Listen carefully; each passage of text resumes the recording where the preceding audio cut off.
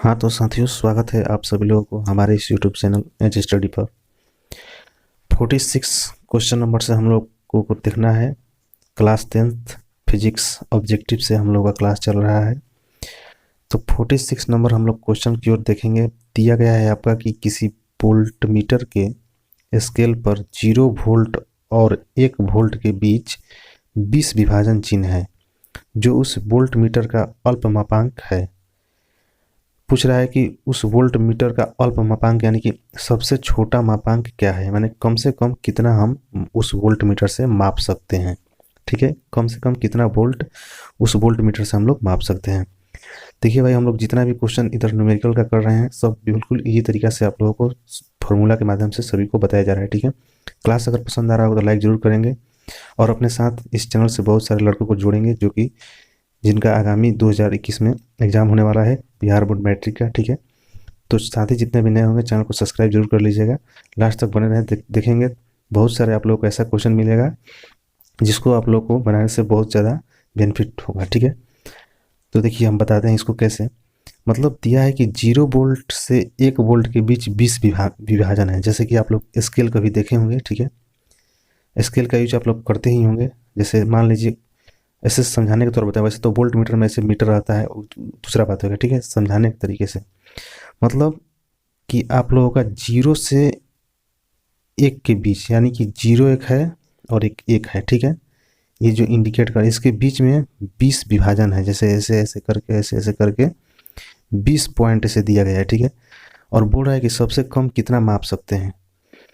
ठीक है, तो देखिए 0 से 1 के बीच, यानी कि यहाँ से तो यहाँ तक हम लोग का हो गया एक वोल्ट। ठीक है, अगर यहाँ पर बताएगा सुई तो कहेंगे क्या कि 1 वोल्ट हो गया। सबसे कम मापना है, यानी कि 0 से जस्ट 1, यहाँ पर कितना हम कम से कम वोल्ट को माप सकते हैं। ठीक है, तो यहाँ से यहाँ तक आपका 1 हो गया, तो 1 में 20 विभाजन कीजिएगा तो पता चल जाएगा कि ये आपका 1 पॉइंट कितना को वोल्ट को इंडिकेट करेगा। ठीक है, यानी कि यहाँ से यहाँ तक 1 है ना, तो 1 में हम लोग 20 से भाग दे देंगे तो पता चल जाएगा कि कितना अल्पमापांक है इसका। ठीक है, तो 1 में आप लोग 20 से भाग दीजिएगा तो कितना हो जाएगा आपका 0 पॉइंट, वहाँ पर एक जीरो होगा, एक और जीरो डालेंगे तो एक और जीरो होगा, 100 हो जाएगा, और 20 से भाग देंगे तो 5 बार में कटेगा, 20 5 से, यानी कि कम से कम 0.05 वोल्ट का हम लोग वोल्टामीटर से माप सकते हैं। ठीक है, अब चलिए 47 नंबर क्वेश्चन हम लोग देखेंगे। एक माइक्रो एम्पियर विद्युत धारा निम्नलिखित में कौन सी है। याद रखना पड़ेगा आप लोगों को, एक माइक्रो एम्पियर कितनी विद्युत धारा को उसको बोलते हैं। तो यहाँ पर आप लोगों का हो जाएगा 10⁻⁻6 एम्पियर। ठीक है, एक माइक्रो एम्पियर कितना होगा, 10⁻⁻6। 48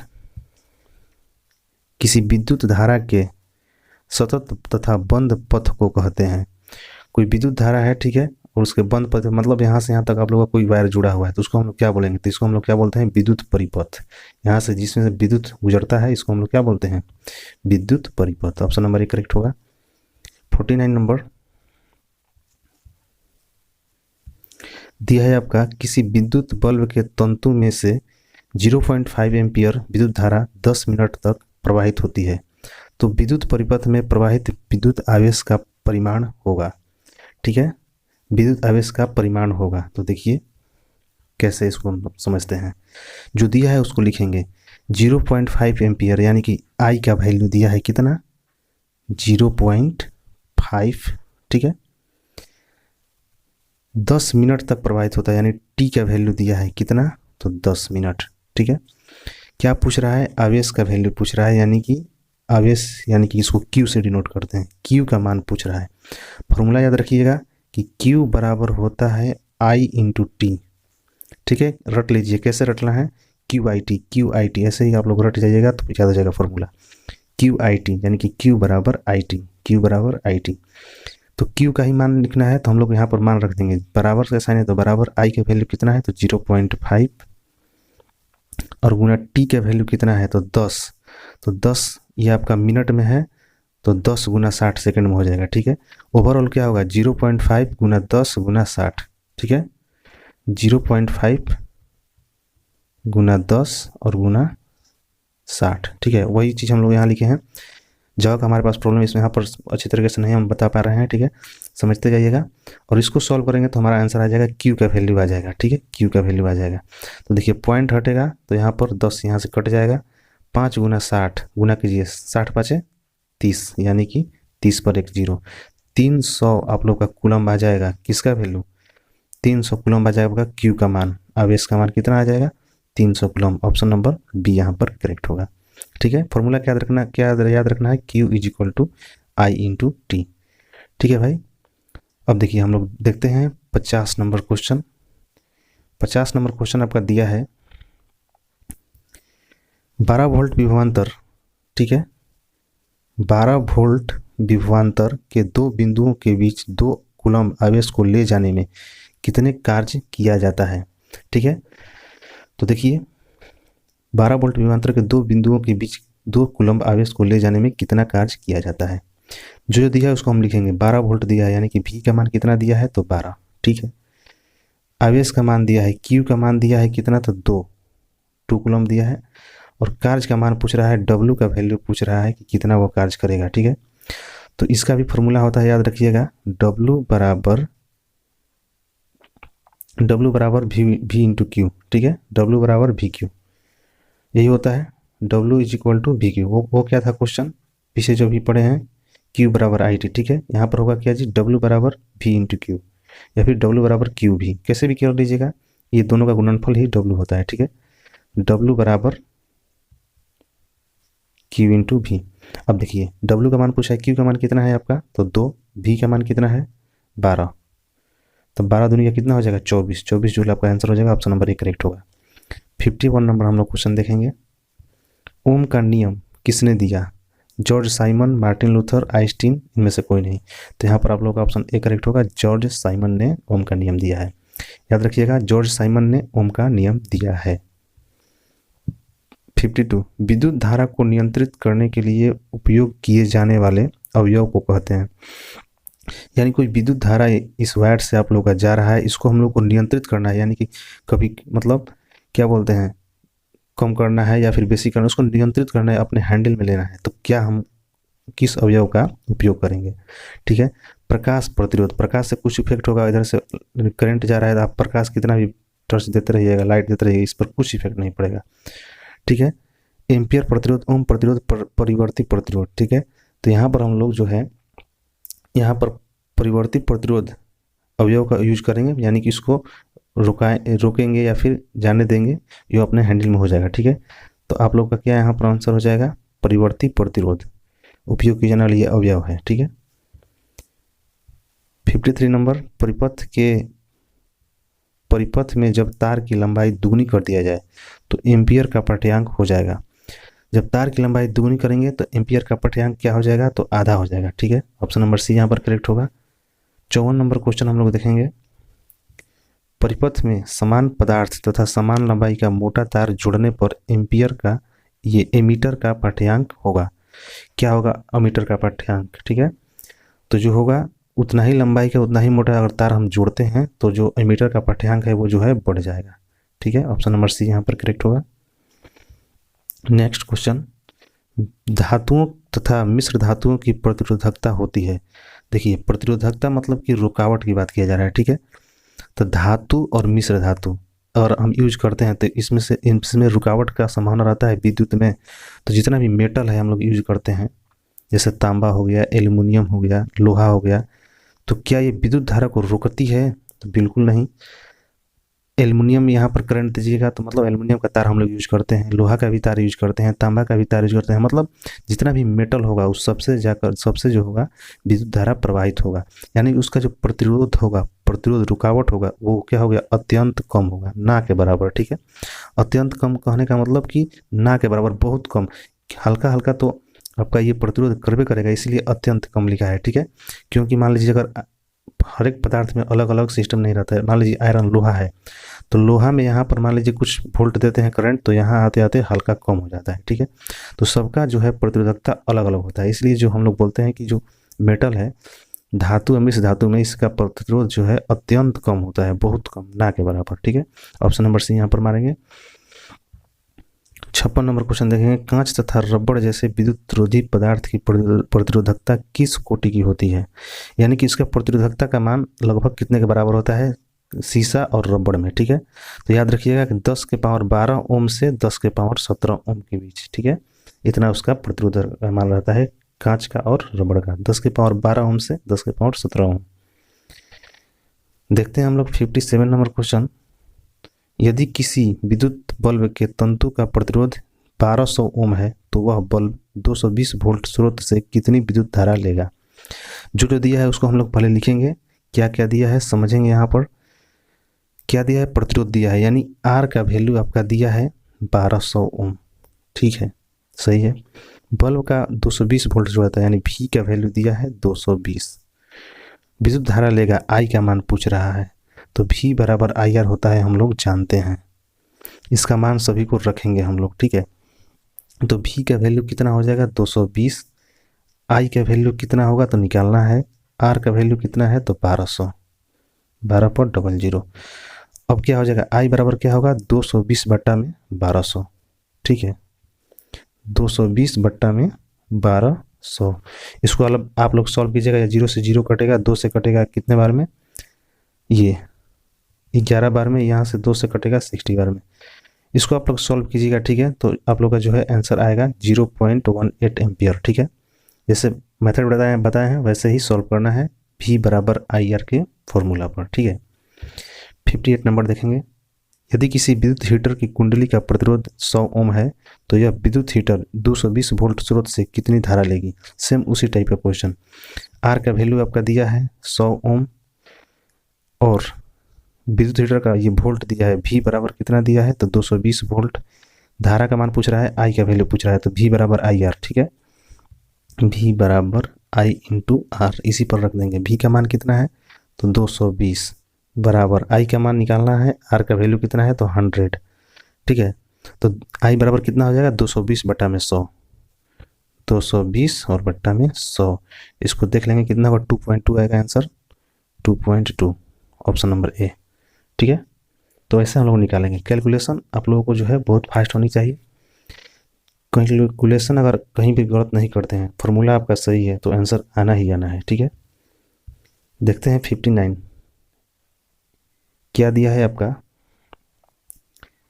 59 नंबर क्वेश्चन, एक कूलम्ब आवेश में कितना इलेक्ट्रॉन होता है, ठीक है, एक कूलम्ब आवेश में कितना इलेक्ट्रॉन होता है, तो आपका याद रखिएगा 6.25 गुना 10 के पावर 18 इलेक्ट्रॉन होगा एक कूलम्ब में, ठीक है, 1 C इज इक्वल टू 6.25 गुना 10 के पावर 18 इलेक्ट्रॉन। 60 नंबर आपका दिया है, विद्युत विभव कौन सी राशि है, विद्युत विभव जो है कौन सी राशि, विद्युत माने यानी कि विद्युत विभव जो है सदिश है कि अदिश, तो आप लोग याद रखिएगा हम जो बता रहे हैं, क्योंकि कुछ भी पूछेगा आप लोग उसमें जो है सही तरीके से कर पाइएगा। याद रखना है, क्या याद रखना है कि बल, ठीक है, विस्थापन, त्वरण, वेग, आवेग, मतलब ये याद रखें, बल विस्थापन त्वरण वेग आवेग संवेग, ये सब जो है आपका सदिश है, इसको छोड़कर जितना भी है सब अदिश, ठीक है। बल विस्थापन त्वरण वेग आवेग संवेग, बल विस्थापन त्वरण वेग आवेग संवेग। तो देखिए विद्युत विभव, तो इसमें विद्युत विभव है तो नहीं है, तो ये क्या है अदिश राशि, ठीक है। इसमें से जो भी होगा वो सदिश है और बाकी सब अदिश, बल विस्थापन त्वरण वेग आवेग संवेग याद कर लेना है, ठीक है। तो यहाँ पर ऑप्शन नंबर बी करेक्ट होगा, अदिश राशि है।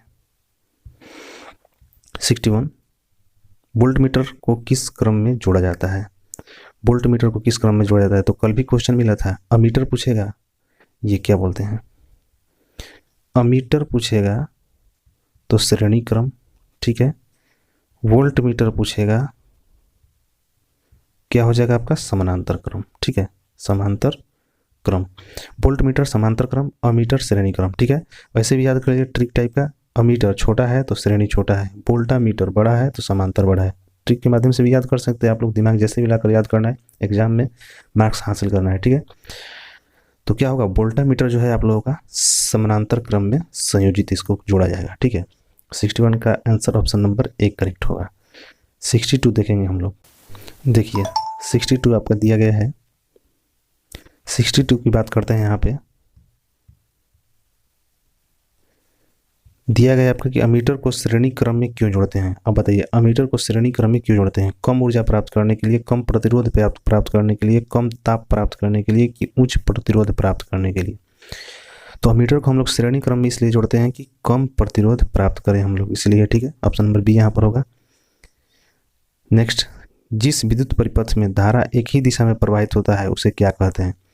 देखिए इसका बहुत तोड़ यहाँ पर दिखा रहे हैं। जैसे कि आप कहोगे आपका डीसी जो बैटरी वाला आता है करंट, एक होता है आपका एसी जो कि आपका पावर ग्रिड से आता है। ठीक है, तो डीसी और एसी, तो डीसी का जो है आपका जो विद्युत जाता है वो क्या होता है, इसका जो है विद्युत धारा एक ही दिशा में जाता है। ठीक है, और एसी का जो ये जो धारा है इसका, तो ये जो है दिशा का मान बदलता रहता है, कभी इधर जाएगा तो कभी इधर जाएगा। ठीक है, अल्टरनेटिव करंट इसको बोलते हैं, इसको बोलते हैं डायरेक्ट करंट, इसको बोलते हैं अल्टरनेटिव करंट। ठीक है, तो इसका जो है विद्युत धारा का मान, दिशा का मान बदलता रहता है एसी का, और डीसी का जो है एक ही दिशा में जाता है। अब ऐसा पर जो भी क्वेश्चन होगा उसको आप लोग डायरेक्टली सॉल्व कर पाइएगा। तो पूछ रहा है कि विद्युत परिपथ में धारा एक ही दिशा में प्रवाहित होता है, तो एक ही दिशा में किसको, तो डिस्ट धारा यानी डीसी। 64, वोल्टामीटर को समानांतर क्रम में क्यों जोड़ते हैं। ठीक है, अधिक प्रतिरोध प्राप्त करने के लिए, कम प्रतिरोध प्राप्त करने के लिए, अधिक ऊर्जा प्राप्त करने के लिए, कम ताप प्राप्त करने के लिए। ये दोनों आप लोग ऐसे ही काट सकते हैं क्योंकि हम लोग उस चीज़ का बात कर रहे हैं। ठीक है, विद्युत के संबंध में बात कर रहे हैं, ये जो है दूसरे टाइप का ही बात कर रहे हैं। ठीक है, तो ऑप्शन को जो है छांटना भी सीखना चाहिए। ठीक है, यहाँ पर देखिए, तो वोल्टामीटर जो है हम लोग इसको समानांतर क्रम में जोड़ते हैं, तो समानांतर क्रम में जोड़ेंगे तो वहाँ पर अधिक प्रतिरोध प्राप्त होगा। ठीक है, अधिक प्रतिरोध प्राप्त करने के लिए इसको हम लोग समानांतर क्रम में जोड़ते हैं। ये देखिएगा, जिस विद्युत परिपथ में धारा दोनों दिशा में प्रवाहित होता है उसको क्या कहते हैं, तो अल्टरनेट करंट, एसी अभी बताए हैं, यानी इसको बोलते हैं प्रत्यावर्ती धारा। एसी अल्टरनेट करंट, प्रत्यावर्ती धारा। ठीक है, ये जो है इसका दिशा का मान बदलता रहता है, दोनों ही दिशा में होता है। 66 क्वेश्चन नंबर, किसी पदार्थ में आवेश का प्रवाह आसानी से होता है तो उसे क्या कहते हैं। यानी आवेश आसानी से यहाँ से यहाँ चल जाए। ठीक है, तो उसे क्या कहते हैं, उसको हम लोग चालक बोलेंगे। ठीक है, तो चालक देखिए यहाँ पर दिया है अचालक, यानी कि उसमें से यहाँ से वहाँ जाएगा, अचालक मतलब नहीं जाएगा, तो ये बहुत गलत बात है क्योंकि आवेश का प्रवाह आसानी से होगा यानी कि जाएगा। कुचालक भी नहीं होगा, अचालक भी नहीं होगा, सुचालक यहाँ पर आंसर होगा, बहुत ही अच्छा चालक। नेक्स्ट, जिस पदार्थ में आवेशों का प्रवाह आसानी से नहीं होता है उसे क्या कहते हैं, उसे हम लोग कुचालक बोलेंगे। जिसमें आवेश एक स्थान से दूसरे स्थान आसानी से जा ही नहीं रहा है यानी कि ये कुचालक है। ठीक है, इसको हम लोग कुचालक का आंसर मारेंगे, ऑप्शन नंबर बी। 68 देखेंगे, जिस पदार्थ में विद्युत धारा प्रवाहित नहीं होती है उसे क्या कहते हैं। जिसमें विद्युत धारा प्रवाहित नहीं होगा, यहाँ से यहाँ विद्युत धारा ये सब नहीं जाएगा, वो जो क्या है वो विद्युत रोधी है, वो विद्युत को रोक रहा है। ठीक है, विद्युत को रोक रहा है, विद्युत वो रोधी है। यहाँ पर ऑप्शन नंबर जो होगा ये करेक्ट होगा। ठीक है, 69 नंबर क्वेश्चन दिया है आपका, निम्नलिखित में कौन विद्युत का सबसे अच्छा चालक है। तो विद्युत का सबसे अच्छा चालक जो है वो चांदी है। ठीक है, तांबा में तो विद्युत अच्छा जाइए करेगा, सोना में भी जाएगा, एल्युमिनियम में भी जाएगा, लेकिन जो चांदी है इसमें बहुत ही अच्छा विद्युत जाएगा। जितना वोल्ट इधर देंगे इधर बहुत ही अच्छा वोल्ट यहाँ पर प्रदर्शित करेगा। ठीक है, तो जो चांदी है जो वो विद्युत का सबसे अच्छा चालक है। ये जो क्वेश्चन बैक आपका प्रीवियस ईयर में भी ये क्वेश्चन आया हुआ है, बहुत इंपॉर्टेंट है ये क्वेश्चन। देखिए, विद्युत का पूछे या फिर उष्मा का पूछे, उष्मा का भी पूछेगा सबसे अच्छा चालक तो क्या मारेंगे हम लोग, चांदी। विद्युत का भी पूछेगा तो क्या मारेंगे, चांदी। 70 नंबर क्वेश्चन देखते हैं, जिस पदार्थ में अति निम्न ताप पर बिना किसी प्रतिरोध के विद्युत का गमन होता है उसे क्या कहते हैं। ठीक है, क्या बोल रहा है, किसी पदार्थ में अति निम्न ताप पर, यानी वो जो उसको हम लोग हीट भी नहीं करते हैं और बिना किसी प्रतिरोध यानी उसमें कुछ रुकावट ही नहीं होगा और वो उसमें जो है करंट आप लोग का प्रवाहित होगा, उसे हम लोग क्या कहेंगे। तो उसे हम लोग क्या कहेंगे भाई, देखो मतलब जरा सा भी प्रतिरोध नहीं इसको रोक रहा है, यानी उसको हम लोग अति चालक बोलेंगे। यानी बहुत ही अच्छी तरीके से तेज तीव्र गति से वो जाएगा, अति चालक। ठीक है, ऑप्शन नंबर ए करेक्ट होगा। 71 नंबर क्वेश्चन देखते हैं हम लोग, कॉपर की प्रतिरोधकता होती है, तो इसको आप लोग याद करना पड़ेगा कि कॉपर की प्रतिरोधकता कितनी होती है। ठीक है, तो ये तो बहुत कम होगा ही, तो इसको आप लोग रट जाना है 1.62 गुना 10 के पावर -8। ठीक है, यहाँ पर देखिए -8 लगा हुआ है, बहुत ही कम प्रतिरोध। 1.62 गुना 10 के पावर -8 इसको याद कर लेना है, कॉपर का प्रतिरोधकता है। देखिए यहाँ पर क्वेश्चन पूछा है एल्युमिनियम की प्रतिरोधकता कितनी है, तो इसको भी याद कर लेना है 6, ये आपका 2.62 गुना 10, ये 2.63 गुना 10 के पावर -3 एल्युमिनियम का प्रतिरोधकता है। ठीक है, वैसे ये क्वेश्चन आने के बहुत कम चांसेस है। पीछे जितने भी क्वेश्चन हम बता रहे हैं कि कौन ज़्यादा इंपॉर्टेंट है, उसको आप लोग ज़्यादा मतलब कंफर्म याद कर ही लेना है। ठीक है, ये देखिए 1 जूल और 1 सेकंड के अनुपात को क्या कहते हैं। 1 जूल प्रति सेकंड आपका ये जो होगा ये 1 वाट के बराबर होगा। ठीक है, 1 वाट इकाई जो वाट है उसके बराबर होगा 1 जूल प्रति सेकंड। ऑप्शन नंबर डी यहाँ पर होगा। 74 1 जूल प्रति सेकंड कार्य करने की दर को क्या कहते हैं।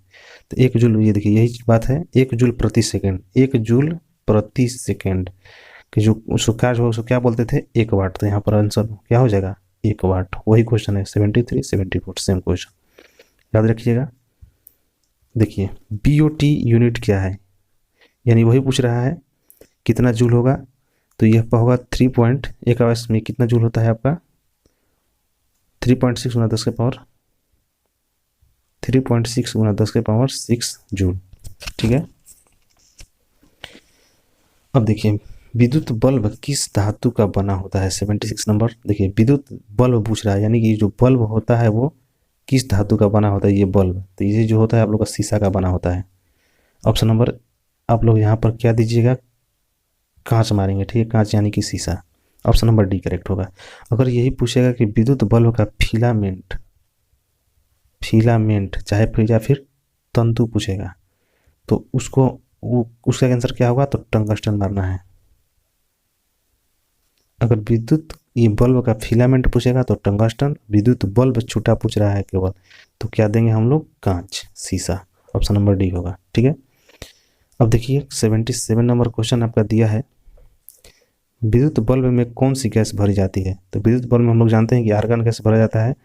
ठीक है, तो आर्गन गैस भरा जाता है। यहाँ पर ऑप्शन देखते हैं, ऑक्सीजन गैस नहीं होगा, कोल गैस ये भी नहीं होगा, नाइट्रोजन गैस।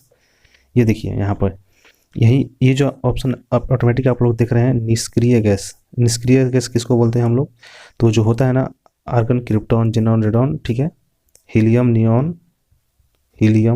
नियॉन आर्गन, ठीक है, क्रिप्टॉन, जेनॉन, एगो रेडॉन होता है। ठीक है, तो ये जो होता है आप लोग का सब कितना है, ये सब अक्रिय गैस है, लेकिन ये निष्क्रिय गैस है बोलिए या फिर अक्रिय गैस। तो इसमें जो है हम लोग आर्गन का यूज करते हैं बल्ब में, तो आर्गन नहीं दिया है, निष्क्रिय दिया है, तो हम लोग निष्क्रिय गैस यहाँ पर आंसर देंगे। ऑप्शन नंबर यहाँ पर करेक्ट होगा। ठीक है, तो हम लोग यहीं पर इस क्लास को समाप्त करेंगे। नेक्स्ट वीडियो हम लोग देखेंगे 77 से आगे नंबर क्वेश्चन की ओर। क्लास पसंद आए हो तो लाइक जरूर करना, नए स्टूडेंट हो तो सब्सक्राइब चैनल को कर लेना। आगे जो है हम लोग साइंस को ख़त्म करेंगे, फिर दूसरे ये सब्जेक्ट की ओर देखेंगे, केमिस्ट्री देखेंगे, बायोलॉजी देखेंगे, सबका ऑब्जेक्टिव हम लोग कराएंगे। टेंशन नहीं लेना है। ठीक है, मिलते हैं हम लोग अगले क्लास में अगले दिन। तब तक जय हिंद, जय भारत।